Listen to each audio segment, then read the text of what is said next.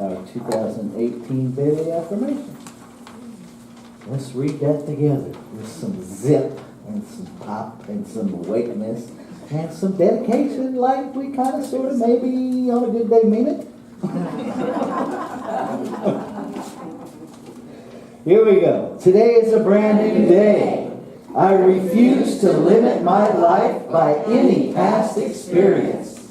I was born to be happy, to be abundantly supplied with every good thing, to have fun in living, to grow, and to consciously align the divine power within me with the divine power around me. I boldly claim my birthright. Today is the best day ever. All right. We're getting there. Maybe by the end of the year we'll actually have it memorized. Okay. Expectation in check.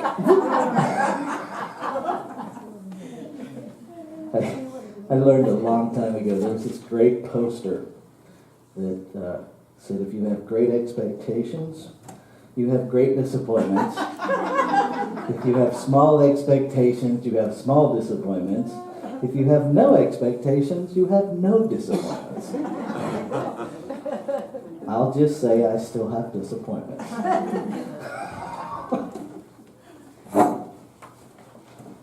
For a very long time, ever since I heard the phrase, not my circus, not my monkeys, I have loved it. Until David Alt, Reverend David Alt in Atlanta, proposed that maybe, kinda, sorta, in some way, we were using that to separate ourselves from one another. To give ourselves a really nice, convenient out.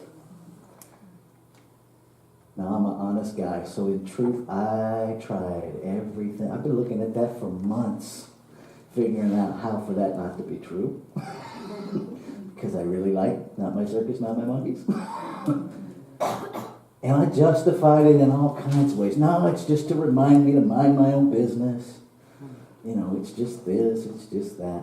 And the truth of the matter is, it is a way to sidestep chaos that I don't want to deal with. It is a way for me to separate myself from you as if oneness can be convenient. See, if we're really all connected, then we're connected all the time, not just when I like what you're doing. Let me repeat that. We're connected all the time, not just when we like what one another is doing. Now that changes the whole game. Because then, who do I point fingers at? See, if there's really only one of us here, and we're intricately connected, who do I point a finger at? See, if my toe is injured, my whole body experiences the pain of my toe. Do I blame my toe? Usually I blame whoever turned off the light. Or whoever moved the couch, because God knows it could not be my fault for having the internal conversation of turn on the light. No, I got this. I know everything. No, really, turn on the light, please. No, bam! I told you, turn on the light. See, I didn't have a part in that. We get lulled into this convenience of us versus them, me versus you. And this is not new. This is not new. Horatio Dresser, all the way back in the early 1900s, right after World War I, wrote that having seen the atrocities of these wars and what was happening, we now understand that the only true justice is social justice. That's in the early 1900s. That the only way we're going to come together is by understanding the social being. And that is yet the very place where we separate the most. My political party's over here, your political party's over there. Straight world's over here, same-sex world's over here. You folks in the middle, I don't know where you're going to go, but you can't be here. You can't be in my world. People of color go here, white folks go here. Well, now we got people of color together, so let's split y'all up too so that we know who everybody is. And that is straight up living in complete condition. Because it's like going to a car lot and I won't purchase a car for you because I have an issue with Volkswagens and you have one on your car lot. So it doesn't matter that you have the vehicle that I really want. I cannot buy it from you because you have a Volkswagen on your lot, and that's just not okay. It's that ridiculous. Imagine if you really detest anchovies. No part of you wants to eat an anchovy ever in your entire lifetime. So you just quit going to the grocery store because the grocery store sells anchovies. Where are you going to get your groceries? That's the kind of mental separation we do with one another. If you have a different belief system than I do, I'm not even going to talk to you. I'm not even going to acknowledge your existence. And now that I'm comfortable with not acknowledging your existence, I think I'm actually going to spend some concerted effort vilifying you. I'm going to build a posse of people that are in my camp to make you wrong. Maybe it's just me. Maybe I'm the only one who does that. But I don't think so, because I have a TV. I'm not one of those folks that doesn't watch TV. And I see it every day. We're seeing it in Sacramento right now. Big time.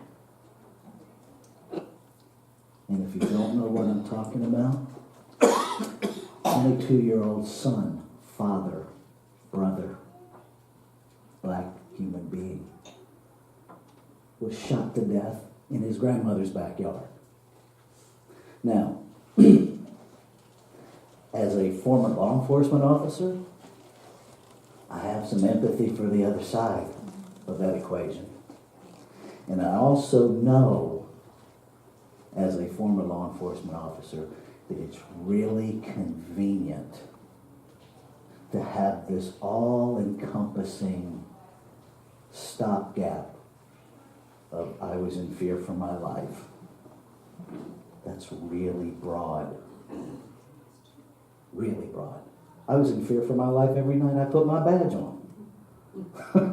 Because I knew what I was walking into. That doesn't give me a complete blanket to just shoot everybody I encounter. Okay?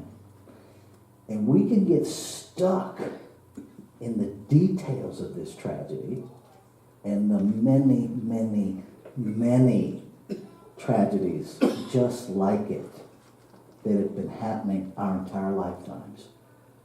Well, we can get to the cause. Okay? We know consciousness is causal. We know that.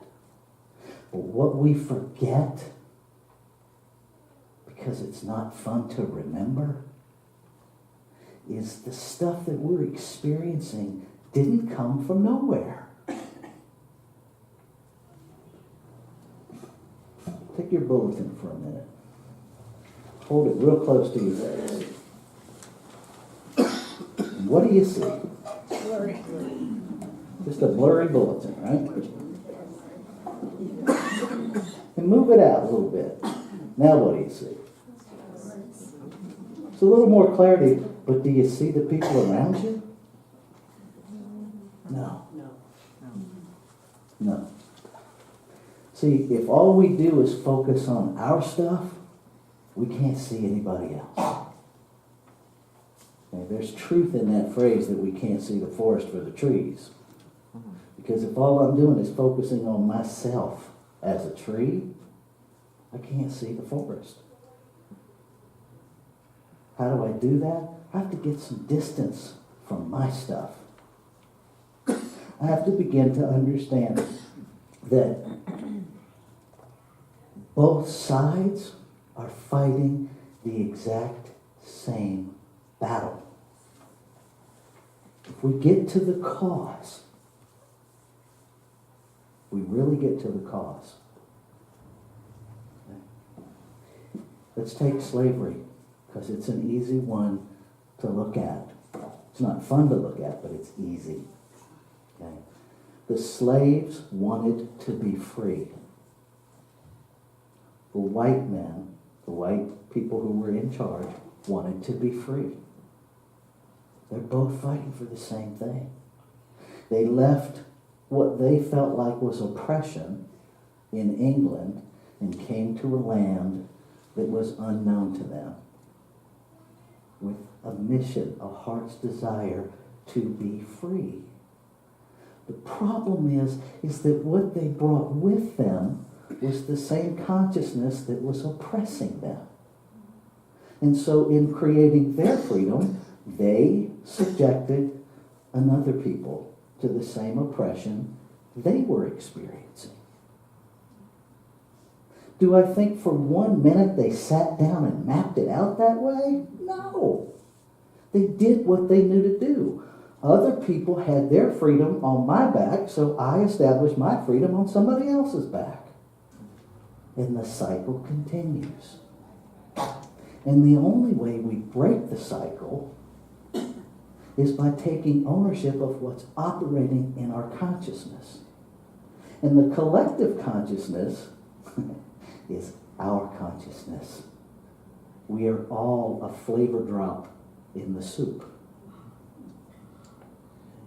What Reverend Dr. Howard Thurman is talking about in this reading is that when we close our hearts, we are co-signing the problem. When I pretend like I'm shut down, the only way to do that is to participate in the hatred. If we keep our hearts open and let go of the lie that we can be hurt, because you can't. Your humanness, you can have hurt feelings, but the truth of us cannot be hurt. The truth of us is the core of our being. It is God itself, and it can't be hurt. And we confuse our human emotions. We confuse our human experience with that place. And what I want you to really know is that there is something so pure, so magnificent in you that it cannot be hurt. It has never been hurt. It's our human experience where we feel pain, not in the divinity of our being.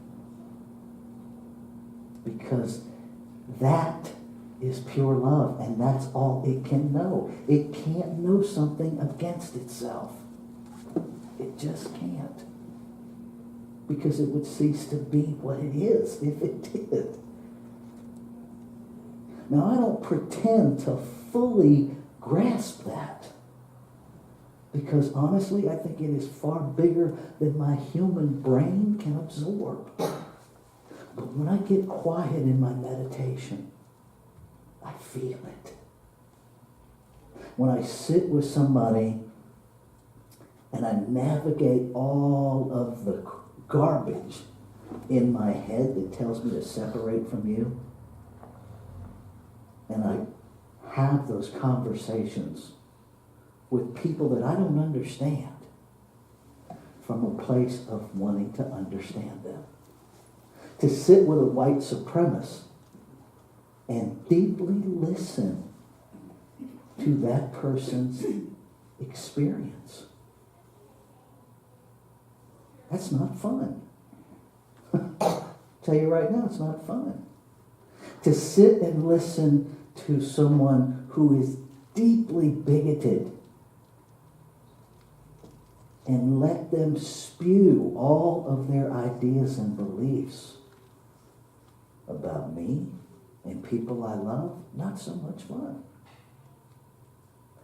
And if I don't do that, how do we ever open the conversation? Because there's a place where we will all get to at the very core of what's driving that bigotry for that individual. For years, we battled over same-sex marriage. And the battle had nothing to do with same-sex marriage. It had to do with protecting marriage. Because a certain faction of humanity saw same-sex marriage as a threat against their marriage. They weren't really against people. They were trying to protect their little corner in the only way they knew how.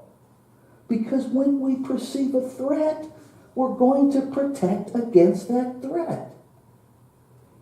And where we finally started seeing movement and shift,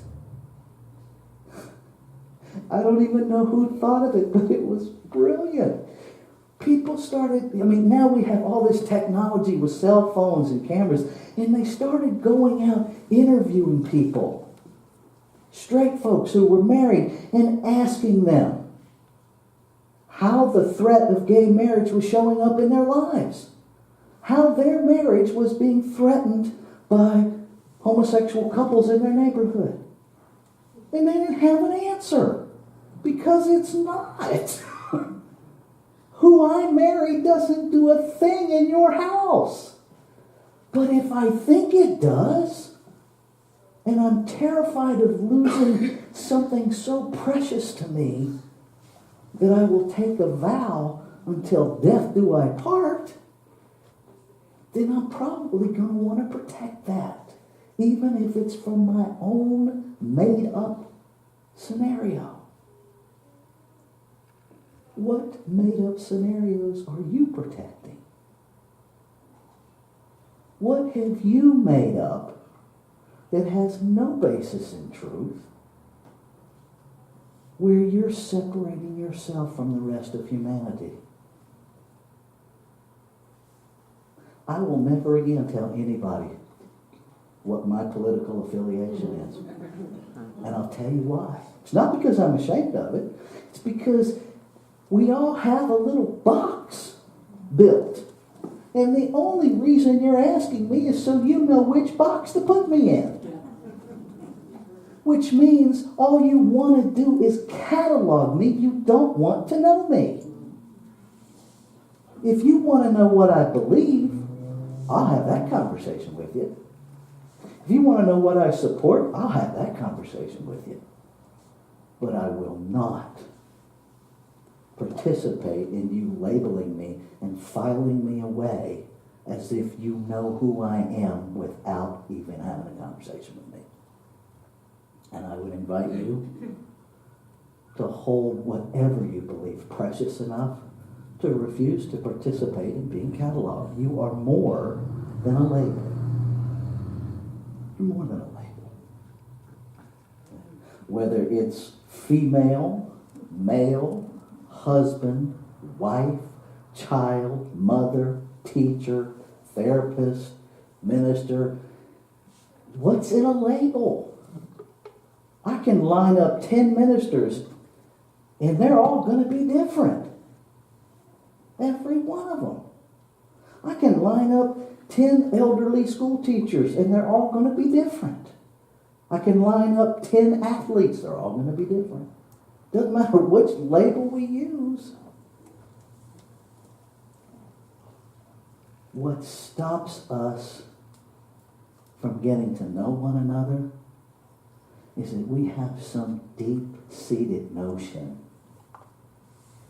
that somehow getting to know you will diminish me. Listen in our conversations. How often do we take time to ask somebody about themselves before we tell them about us? We want someone to see us. We want someone to hear us.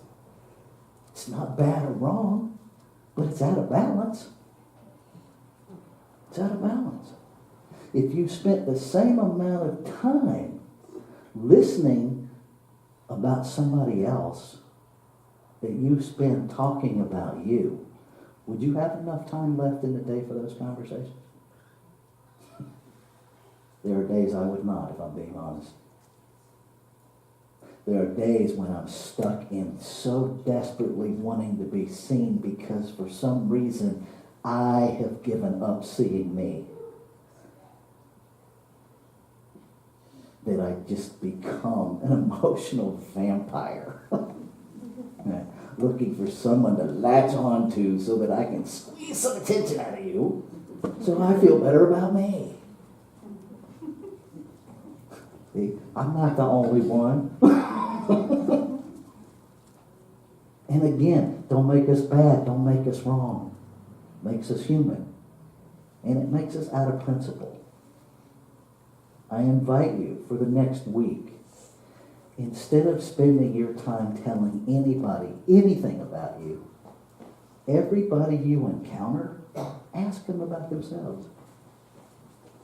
Even if it's just, how's your day going? And then listen. Because the drive-by is more insulting than not asking. Okay? Everybody know what the drive-by is? Hey, how you doing? Really?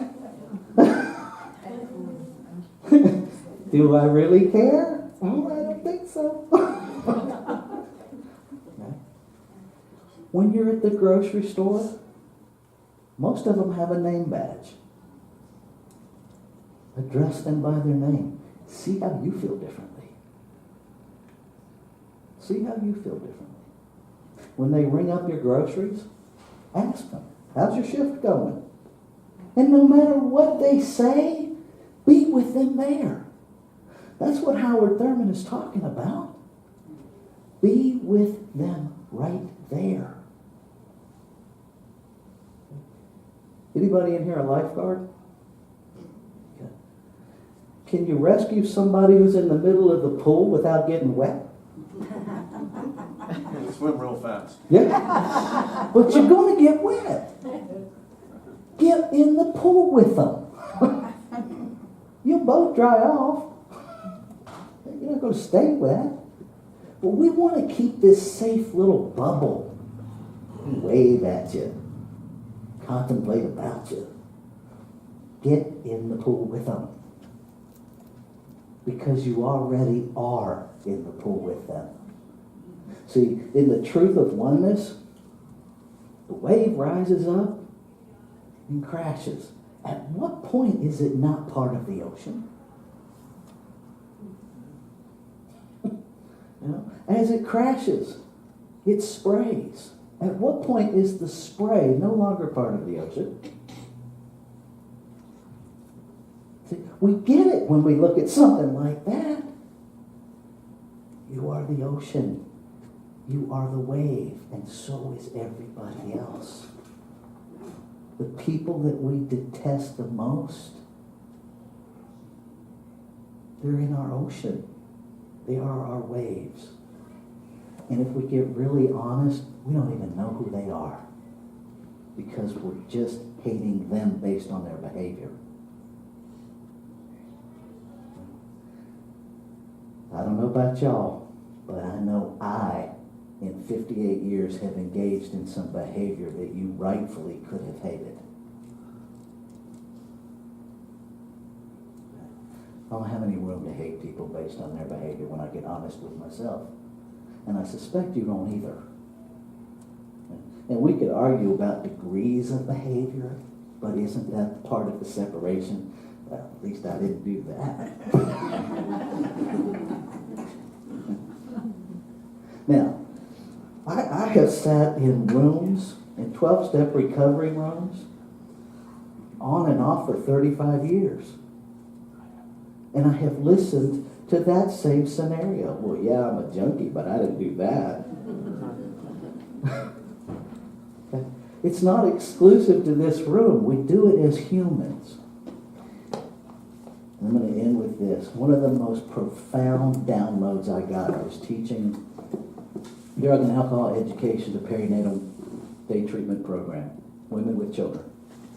And they were having this debate about which addict was worse. Well, you know, I'm an alcoholic. I don't break the law to get mine. Okay. And then the debate got really heated between a methamphetamine user and a heroin addict over which one of them was the worst. And I was just sitting back kind of watching it unfold. And what came to me was, okay, time out.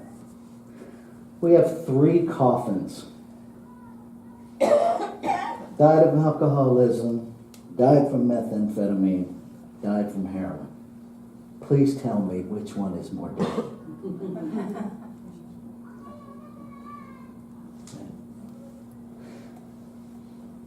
Who are we hating more? Who's more hated? And I submit to you that you are hating you first in order to hate someone else. Because we have to hate ourselves enough to disconnect from creation in order to hate somebody else. Let's take this into prayer.